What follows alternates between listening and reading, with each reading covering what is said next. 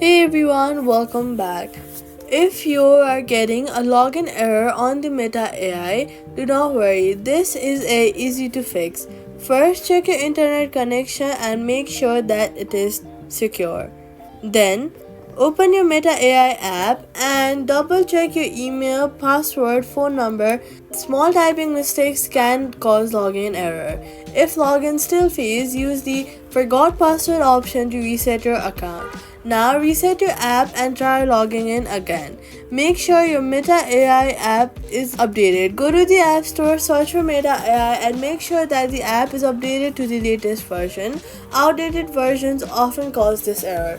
If nothing works, log out from all the devices. Click on the two-line option in the top left corner. Go to settings, scroll down, click log out and log out. Once you've logged out, log in again.